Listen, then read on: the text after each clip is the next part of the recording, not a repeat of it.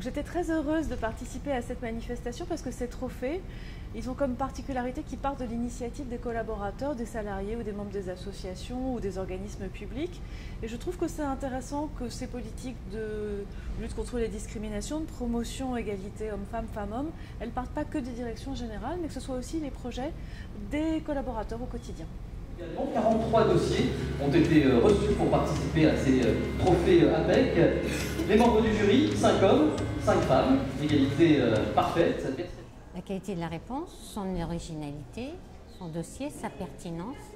Et puis le quatrième critère va être la faculté de le déployer.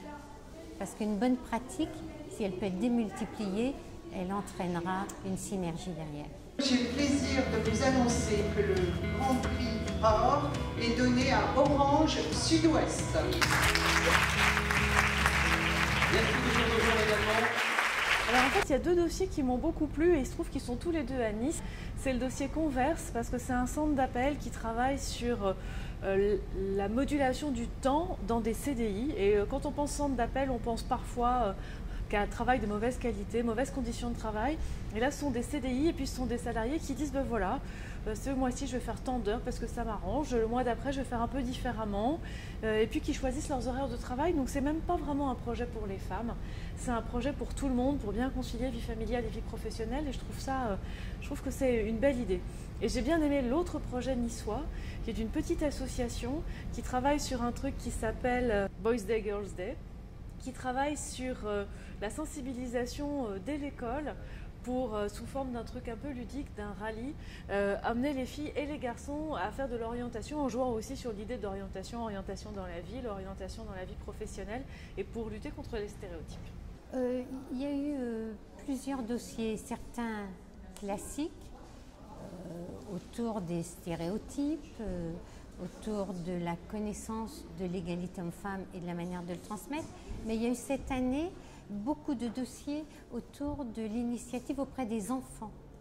Et puis il y a eu de plus en plus de dossiers autour de la parentalité. On a plusieurs dossiers sur des congés, les possibilités de prendre des temps partiels, de CDI modulables, y compris sur des plateformes, ce qui sont des entreprises qui sont toujours assez discrètes et dont on critique souvent les méthodes.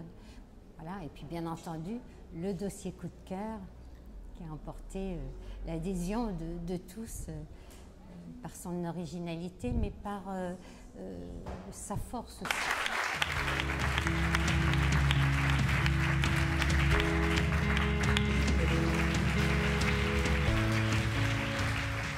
Le projet consiste en la création d'une pocerie de cuir de poisson sur le bassin d'Arcachon, donc par un tannage traditionnel 100% naturel et végétal, sur toutes les espèces qui font l'objet d'un conditionnement de leur peau, c'est-à-dire en filet, pour la consommation alimentaire. Donc les peaux sont retirées, ça part en déchets, et donc nous, on intervient à ce stade-là pour les valoriser et créer une valeur ajoutée et transformer ces peaux en matière noble, le cuir.